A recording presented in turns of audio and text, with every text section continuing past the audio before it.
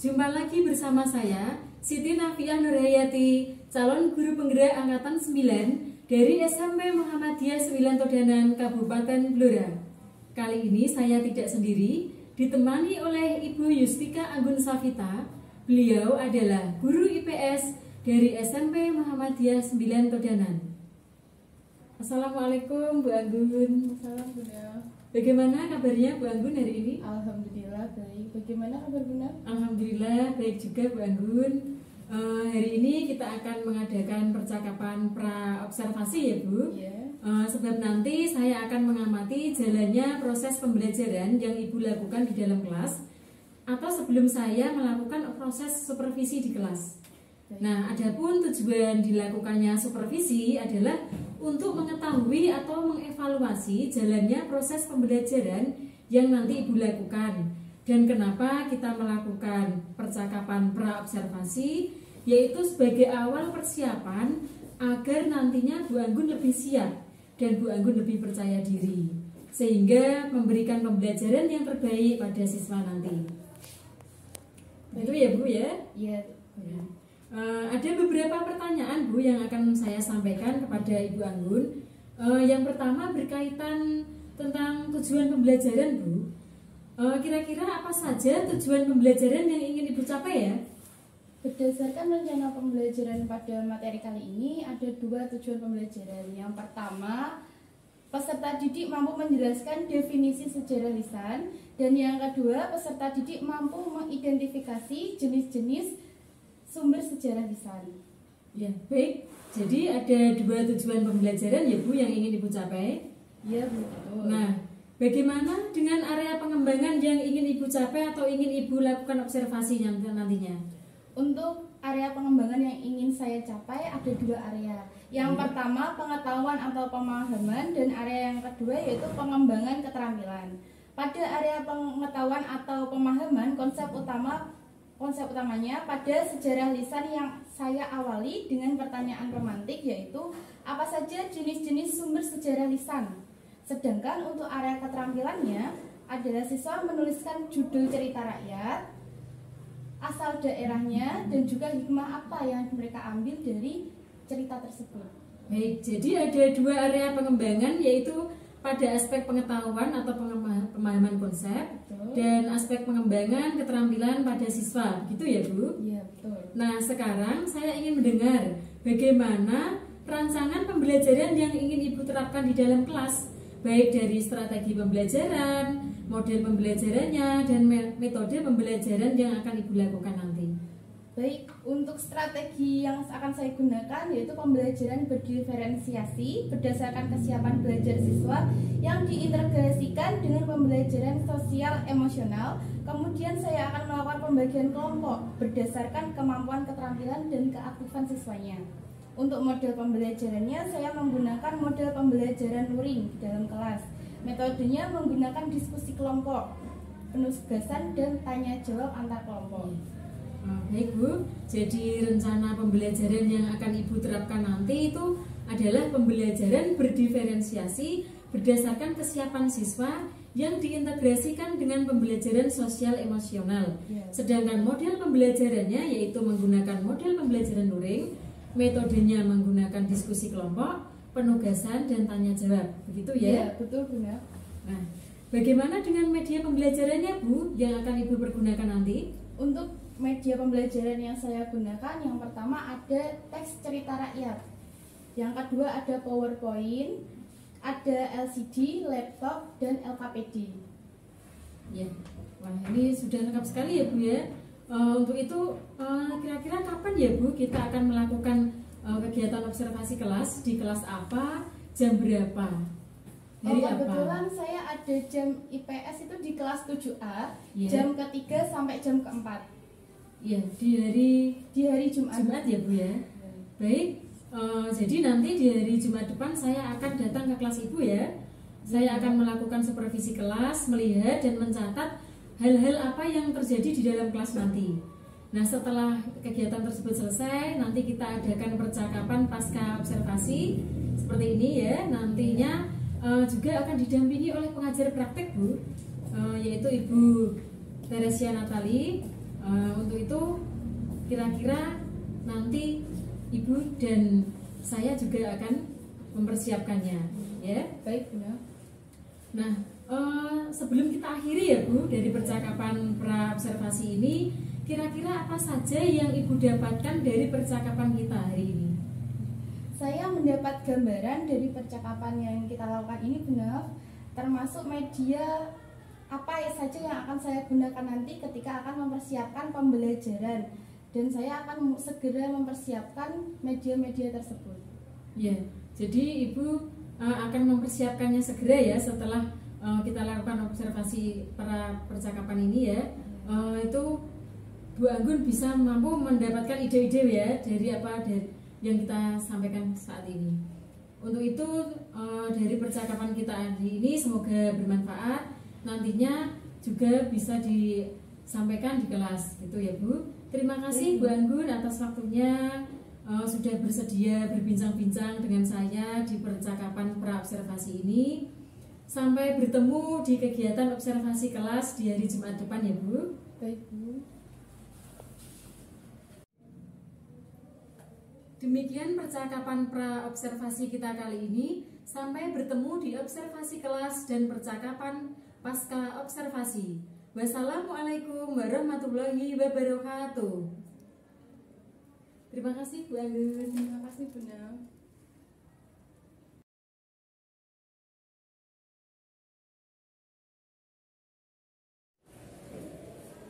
Selamat pagi anak-anak. Assalamualaikum warahmatullahi wabarakatuh.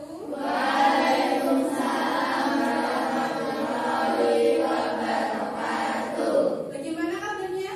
Baik. Sebelum kita memulai pelajaran pada pagi hari ini, alangkah baiknya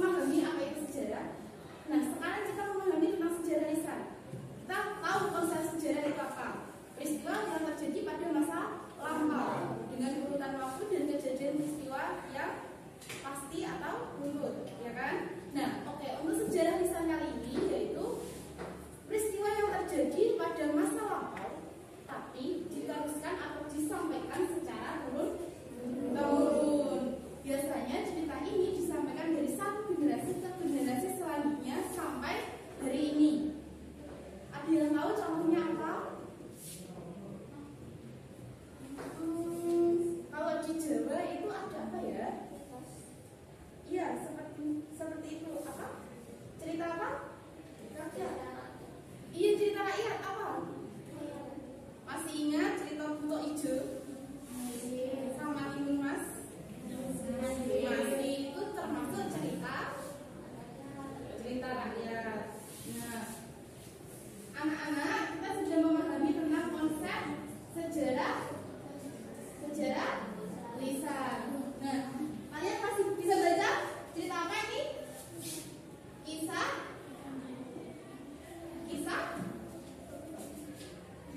Datu Diam. Kisah Datu Diam. Masih. Nah, kisah Datu Diam ini merupakan salah satu cerita rakyat yang berkembang di masyarakat. Cerita rakyat yang asli dari Indonesia. Nah, kalian sekarang sudah mengerti atau sudah tahu bagaimana cerita rakyat itu disampaikan ya? Bagaimana ceritanya, bagaimana berkembangnya. Biasanya ketika kalian tidur, orang tua kalian menceritakan beberapa cerita-cerita rakyat, seperti misalnya kisah Danau Toba, misalnya ada lagi kisah Sampuria, ya, kisah Sampuria. Jadi cerita sejarah lisan ini, adakah yang mau ditanyakan? Tidak.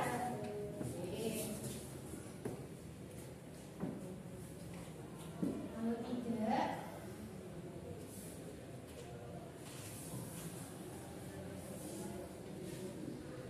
kita masuk ke beberapa cerita rakyat yang ada di Indonesia, yaitu di Yapen, Papua. Kalian masih ingat cerita tentang Batu Mamberoki dan Tindawa? Masih ingat anak-anak? Masih. Oke. Kalau begitu, Ibu akan membagikan buku IPS buat kalian baca terlebih dahulu ya. Silakan dibagikan ke temannya.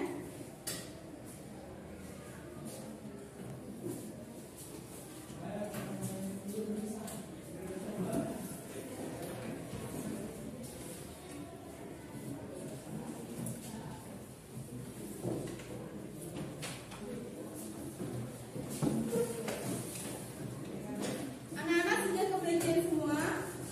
Sudah. Oke. Bisa dilihat sejarah lisan ada di halaman 21. Halaman 21.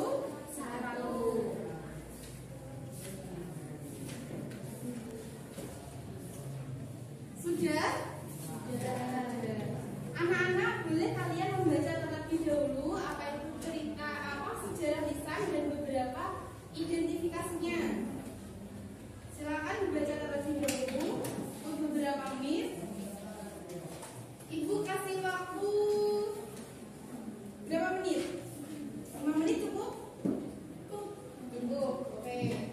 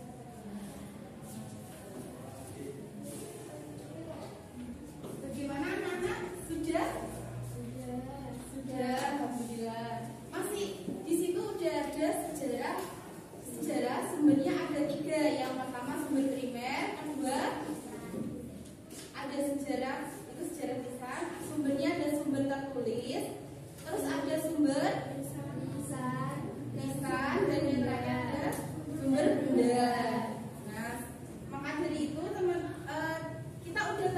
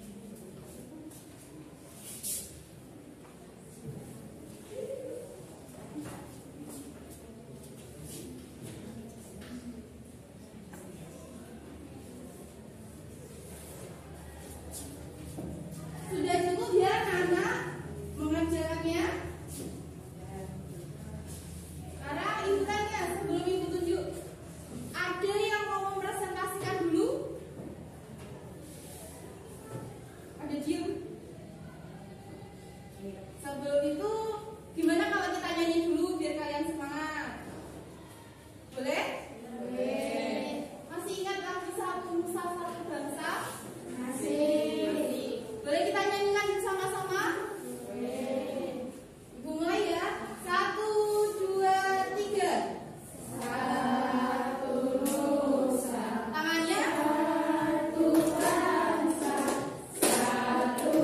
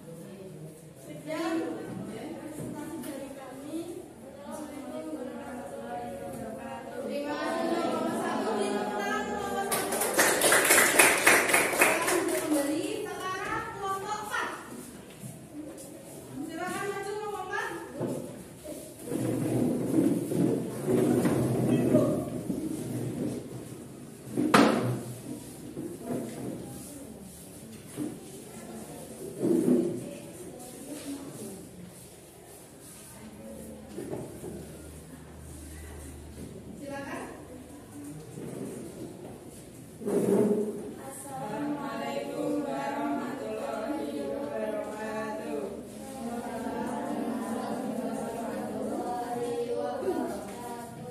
Kami dari kelompok 4 ingin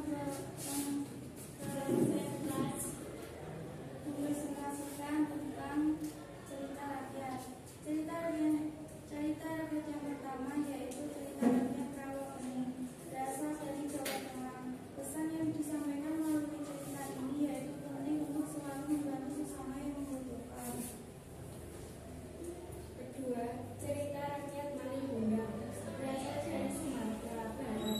Pesan yang bisa diambil dari cerita rakyat ini yaitu sebagai anak harus bisa menjaga perasaan orang tua, hindari untuk menjadi anak yang durhaka karena ada banyak hal yang orang tua usahakan agar anaknya bisa hidup bahagia.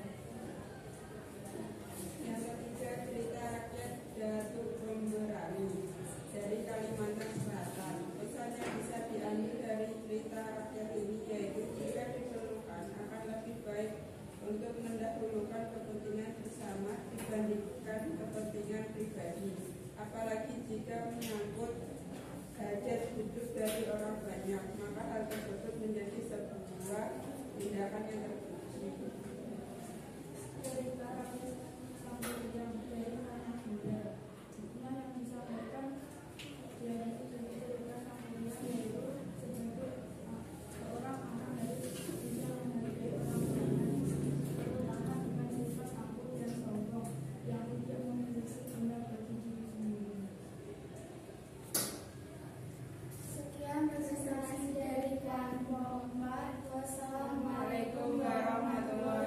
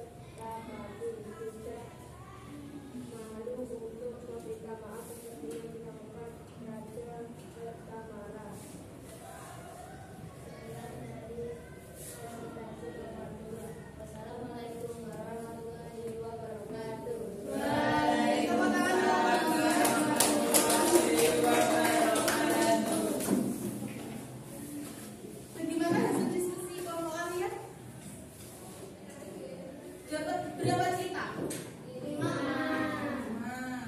Banyakan 5 ya? Iya. Benar. Kenapa kalian lemah sekali? Setelah presentasi? Setelah diskusi yang awal kalian merasa agak sedikit ini ya? Pusing ya? Oke. Bagaimana kalau kita bermain dulu? Kalau bangun bilangnya ini, bangun arahnya kayak gini, berarti kalian tepuknya satu kali. Kalau bangun arahnya ke sana, berarti yang tepuk kelompok 3. Ya, kalau bangun arahnya ke sini, berarti yang tepuk kelompok 1. Kalau yang sini, berarti kalau yang sana kelompok 4. Boleh kita praktekkan? Boleh yang lebih kompak?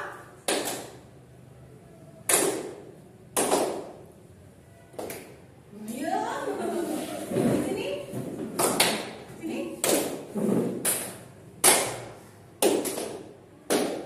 Ayo.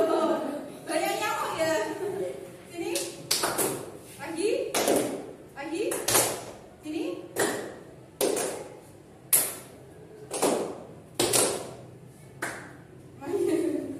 Sini.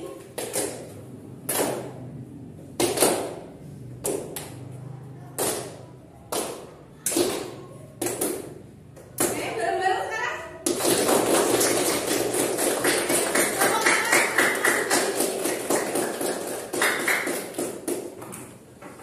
Kita berikan aplaus untuk diri kita sendiri, menghargai diri kita sendiri karena telah bekerja keras pada pagi hari ini ya, anak. Selanjutnya kita udah tahu bagaimana sejarah lisan itu terjadi, seperti cerita-cerita pada umumnya yang turun-temurun dari satu generasi ke generasi yang lain ya, anak. Nah, setiap adanya cerita rakyat itu pasti ada satu atau dua pesan yang tersirat di dalamnya. Kayak tadi misalnya kisah Sampuriang. Siapa tadi yang menyebutkan kisah Sampuriang? Ya, tadi kita mendapat pesan kalau kita harus hormat dan patuh terhadap orang tua. Tidak boleh bersifat aku dan sombong. Terus ada lagi cerita rakyat Maling Kunda. Cerita Maling Kunda berasal dari daerah Sumatera Barat. Pesan apa yang disampaikan? Sebagai anak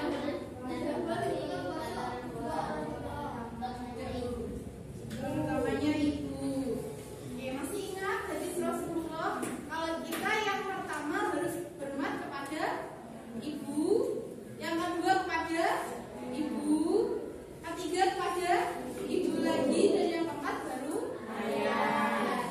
Di cerita Sampuriang juga seperti itu. Kita harus patuh dan hormat kepada orang tua. Ada pesannya terutama kepada ibu. Baik.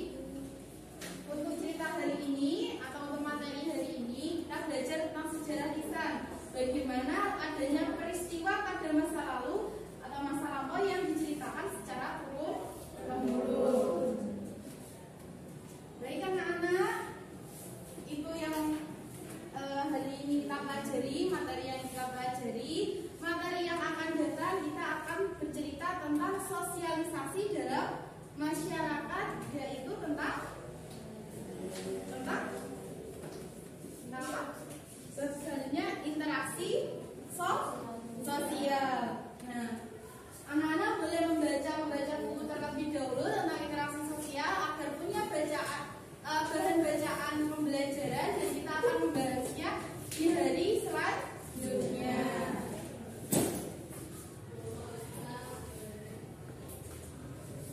Oke, sebelum ibu tutup, ada yang mau ditanyakan sebelumnya? Kali ini tidak ada. Kesimpulannya,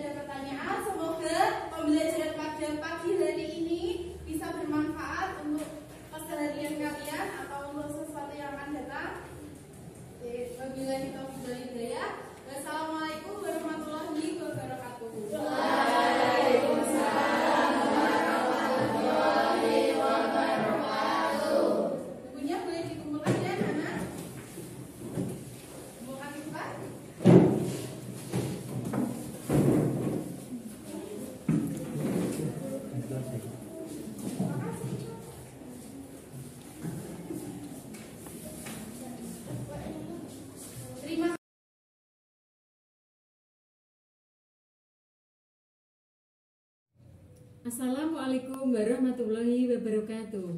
Berjumpa lagi dengan saya, Siti Nafiah Nurhayati, calon guru penggerak Angkatan 9 dari SMP Muhammadiyah 9 Todanan, Kabupaten Blora. Kali ini saya ditemani kembali oleh Ibu Yustika Anggun Safita. Beliau adalah guru IPS dari SMP Muhammadiyah 9 Todanan yang telah saya observasi dalam kegiatan atau proses pembelajaran di kelas. Assalamualaikum warahmatullahi wabarakatuh, Bu Anggun. Waalaikumsalam, Bu Naf. Bagaimana kabarnya, Bu? Alhamdulillah baik. Bu Naf, bagaimana kabarnya? Alhamdulillah baik juga, Bu Anggun. Alhamdulillah. Kita kembali lagi dalam percakapan pasca observasi ya, Bu. Beberapa minggu lalu Bu Anggun telah saya observasi berkaitan dengan proses pembelajaran di kelas 7A ya, Bu, pada hari Jumat jam ke-3-4. Nah, pada percakapan observasi kali ini saya akan memberikan pertanyaan, Bu, terkait dengan jalannya observasi yang telah Ibu lakukan dengan tujuan untuk mengevaluasi sejauh mana proses pembelajaran yang telah Ibu lakukan.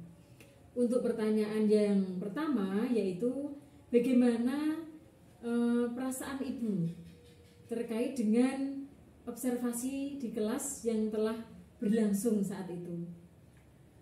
Iya, karena ini yang pertama kalinya saya diobservasi atau ditunggui ketika pembelajaran dengan teman sejawat. Jujur, saya merasa gugup dan agak sedikit tegang. Tapi alhamdulillah berjalan dengan lancar. Ya, alhamdulillah ya, Bu. Mungkin bisa diceritakan kembali, Bu, area pengembangan apa yang dilakukan di dalam kelas? Kemudian langkah-langkah atau tahapan pembelajaran apa yang sudah Ibu lakukan di dalam kelas itu? Baik Ibu, untuk tahap pembelajaran yang sudah saya lakukan, yang pertama yaitu sudah membuat perangkat pembelajaran atau modul ajar, dan yang kedua saya sudah membuat media pembelajarannya. Untuk area pengembangannya sendiri ada dua aspek ya Bu, ada aspek pengetahuan dan aspek keterampilan Ibu. Untuk aspek pengetahuan, siswa mampu menjelaskan atau mendefinisikan sejarah lisan itu sendiri, itu yang pertama. Dan yang kedua, siswa mampu mengidentifikasi jenis-jenis sumber sejarah lisan. Untuk aspek keterampilannya, siswa mampu menuliskan judul cerita rakyat, daerah asal cerita tersebut, dan juga hikmah apa yang bisa diambil atau dipetik dari cerita tersebut. Baik Ibu, jadi ada dua area pengembangan yaitu pada aspek pengetahuan dan keterampilan siswa itu ya, Bu? Ya, betul Bu Naf. Nah, menurut Ibu, sejauh mana area pengembangan yang sudah Ibu lakukan di dalam kelas? Apa sudah berhasil atau masih perlu ditingkatkan, Bu? Menurut saya, alhamdulillah sudah baik ya Bu Naf, tapi masih ada beberapa kekurangan atau kendala gitu. Terkait dengan kendala, jika sudah dilakukan dengan baik dan berjalan sesuai dengan rencana, walau masih kekurangan ya, itu ada kendala-kendala dan hambatan yang Ibu hadapi tadi ya. Pada saat melakukan proses pembelajaran, bagaimana menurut Ibu? Menurut saya, kendala yang saya hadapi ketika pembelajaran kemarin yaitu siswa kurang antusias dalam mengikuti proses pembelajaran, atau bisa disebut siswa tersebut kurang aktif ketika pembelajaran. Ya. Terkait dengan itu, jadi ada beberapa siswa yang kurang aktif begitu ya, Bu, dalam kegiatan pembelajaran. Ya. Menurut Ibu bagaimana hal itu bisa terjadi? Baik Ibu, untuk tahap pembelajaran ini siswa itu kan dibuat kelompok. Kelompok itu menurut saya kurang efektif karena masih terlalu banyak siswanya. Dan juga dari masing-masing kelompok itu mereka ngiden atau ngikut temannya, sehingga ketika presentasi mereka masih kurang percaya diri dengan jawaban mereka sendiri. Begitu Bunda. Ya, baik, terima kasih. Kira-kira apa rencana Ibu ke depan untuk mengatasi kendala-kendala yang terjadi pada pembelajaran ini? Ya, saya akan memberikan motivasi atau dorongan kepada siswa-siswa saya agar lebih percaya diri dalam melakukan presentasi di depan kelas. Ya, baik Bu, mudah-mudahan apa yang Ibu rencanakan dapat terrealisasi dan dalam proses pembelajaran itu juga bisa berjalan dengan baik dan lancar. Saya tunggu ya Bu ceritanya untuk bisa kembali sharing mengenai kegiatan pembelajaran selanjutnya nanti. Kira-kira kapan ya Bu akan dilakukan rencana itu untuk disusun dan disampaikan ke kelas? Iya, saya akan melakukan secepatnya, Bu Nov. Nah, mungkin bisa dilakukan di semester 2 ya Bu, yang lebih efektif. Iya, Karena benar, di benar. akhir ini kan sudah masuk hari-hari akhir efektif ya Bu. Betul sekali. Baik Bu, terima kasih atas waktunya telah berbincang-bincang dengan saya dalam percakapan pasca observasi. Nah, dari apa yang telah jawaban Bu Anggun ini sudah memenuhi apa yang telah saya inginkan. Mudah-mudahan apa yang Ibu rencanakan juga dapat terwujud dengan baik dan berhasil. Baik Bu, terima kasih. Terima kasih ya Bu Anggun. Demikian adalah percakapan pasca observasi yang telah kami lakukan. Semoga bermanfaat. Wassalamualaikum warahmatullahi wabarakatuh.